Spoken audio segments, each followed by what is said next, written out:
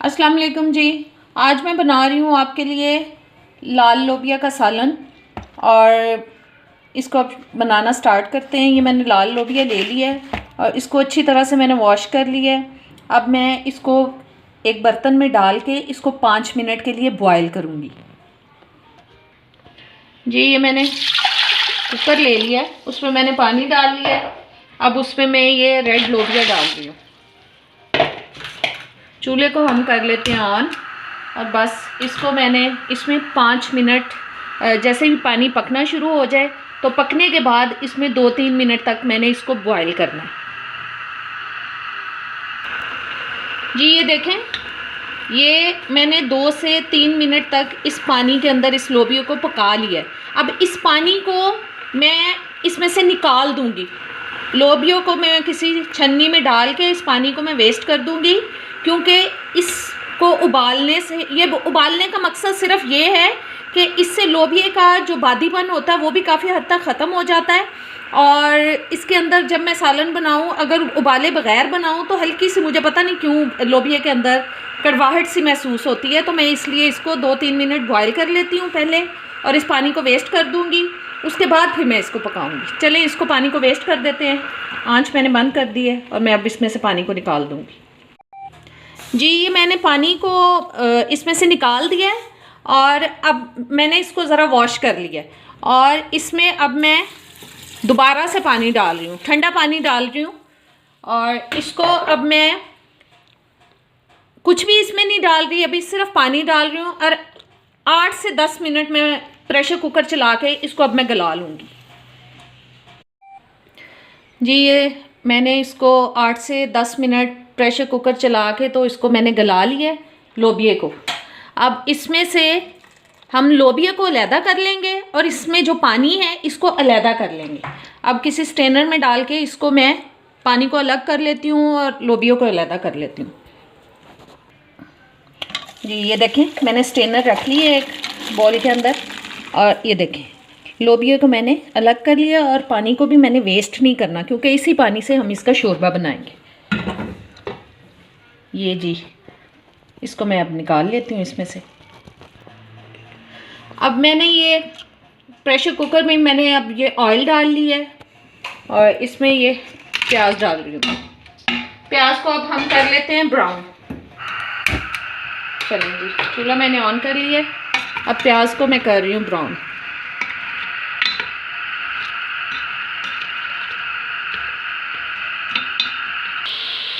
ये प्याज देखें मेरी ब्राउन हो चुकी है। ये मैंने मोटी मोटी काट ली थी क्योंकि मैंने इसको ग्राइंड करना है, इसको मैंने ब्लेंडर में डाल के ब्लेंड करना है।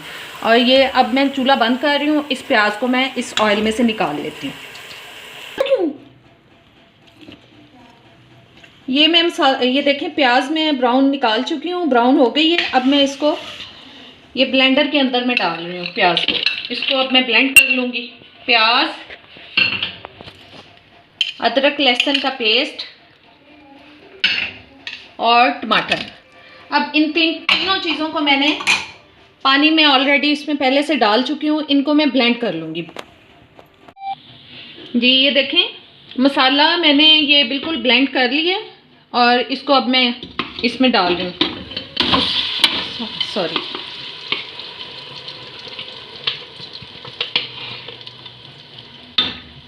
ये सारा मसाला चला गया और साथ ही इसके मैं डाल रही हूँ जी वो जो लोबिया मैंने निकाला है।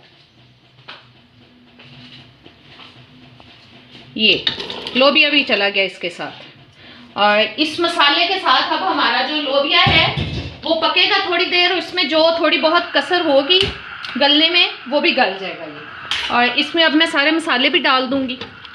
चले मसाले डालते हैं इसमें। जी ये पिसा हुआ सूखा धनिया,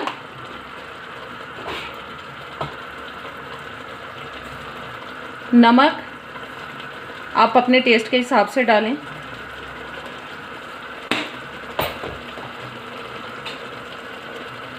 हल्दी, हल्दी जैसा कि आपको पता है मैं थोड़ी ज़्यादा डालती हूँ हर खाने में, उससे खाने का कलर बहुत खाने का अच्छा आता है।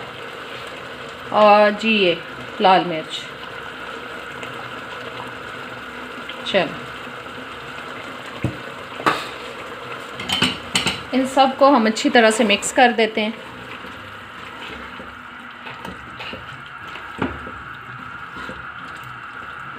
और थोड़ा सा पानी मैं इसमें ऐड कर रही हूँ ताकि जो हमारा मसाला है वो अच्छी तरह से पक जाए, उसका कच्चापन जो है वो अच्छी तरह से दूर हो जाए। चलें, इसी मसाले में अब हम इस लोबिया को भी पकने देंगे ताकि अगर उसमें थोड़ी सी कसर है वो गल जाए और मसाला भी हमारा अच्छी तरह से पक जाए। अब इसको मैं ढक देती हूँ ऊपर से। चलें जी, इसको एक बार चेक कर लेते हैं। ये देखें, बस अच्छी तरह से जब ये भुन जाएगा मसाला तो फिर हम इसमें पानी ऐड कर देंगे।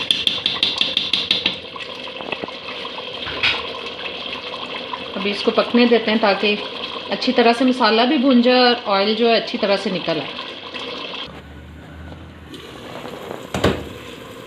ये अब पानी बिल्कुल ड्राई हो चुका है। अब इसको भून लेते हैं ताकि इसका ऑयल भी अच्छी तरह से ऊपर आ जाए।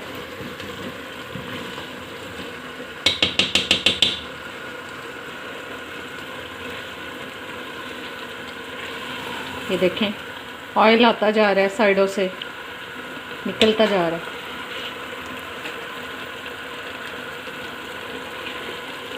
आपको नज़र आ रहा होगा कि अब इसका ऑयल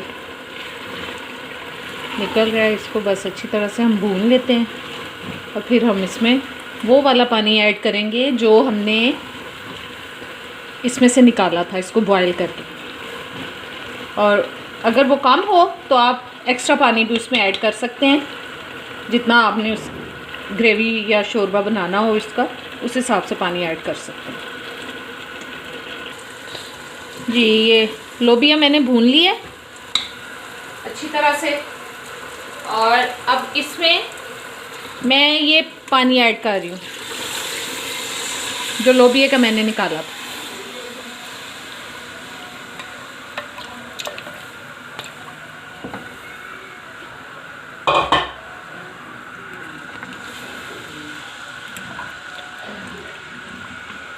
अब थोड़ा सा पानी मैं इसमें और ऐड कर रही हूँ क्योंकि मुझे ये कम लग रहा है। जी, ये थोड़ा सा पानी मैंने इसमें और ऐड कर दिया और अब इसको बस ढक के हम पकने देंगे ताकि ये अच्छी तरह से पक जाए, इसका शोरबा जो अच्छा सा बन जाए। थोड़ा लोबिया का शोरबा जो है थोड़ा हल्का सा, थोड़ा थिक सा अच्छा लगता है क्योंकि मेरे घर में जो लोबिया है वो ज़ीरे वाले राइस के साथ खाया जाता है, चावलों के साथ, ज़ीरे वाले चावलों के साथ। तो बहुत अच्छा कॉम्बिनेशन इसका बनता है। आप इसको नान के साथ भी खा सकते हैं, चावलों के साथ भी खा। मैं इसलिए इसका शोरबा थोड़ा सा थिक रखती हूँ, बहुत पतला शोरबा नहीं इसका मैं रखती। जी, ये जितना मुझे इसका थिक सा थोड़ा शोरबा चाहिए ये तकरीबन उतना हो चुका है। ये अब बिल्कुल तैयार हो चुका है और इसमें अब मैं डाल रही हूँ जी सब्ज़ धनिया।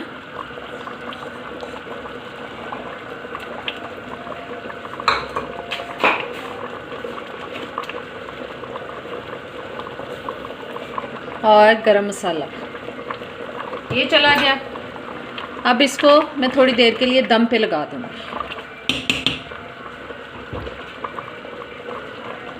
ये ढक दिया ऊपर से और इसको अब हल्की आंच करके इसको थोड़ी देर के लिए दम पे लगा देंगे और फिर आपको मैं डिश आउट करके दिखाती हूँ।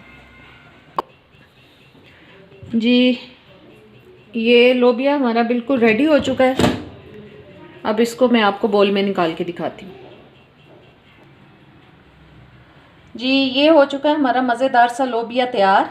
आप इसको चावलों के साथ भी खा सकते हैं, नान शान के साथ भी खा सकते हैं। और इसका जो सही कॉम्बिनेशन है वो आप ज़ीरे वाले चावल इसके साथ बनाएं, बहुत मज़े के लगते हैं। वो रेसिपी आपके साथ मैं पहले से शेयर कर चुकी हूँ। आप मेरे चैनल पे जाएं, कुकिंग विद फसीहा रिजवान, तो आपको ज़ीरे वाले चावल की रेसिपी मिल जाएगी। और उम्मीद करती हूँ आपको ये रेसिपी बहुत अच्छी लगेगी। इसको बनाएं और मुझे बताएं और जल्दी से मेरे चैनल को लाइक करें, शेयर करें और सब्सक्राइब करें और बेल के बटन को आप दबा दीजिए ताकि जो मेरी नई रेसिपीज़ आप तक पहुँचती रहें। इजाज़त दें, अल्लाह हाफ़िज़।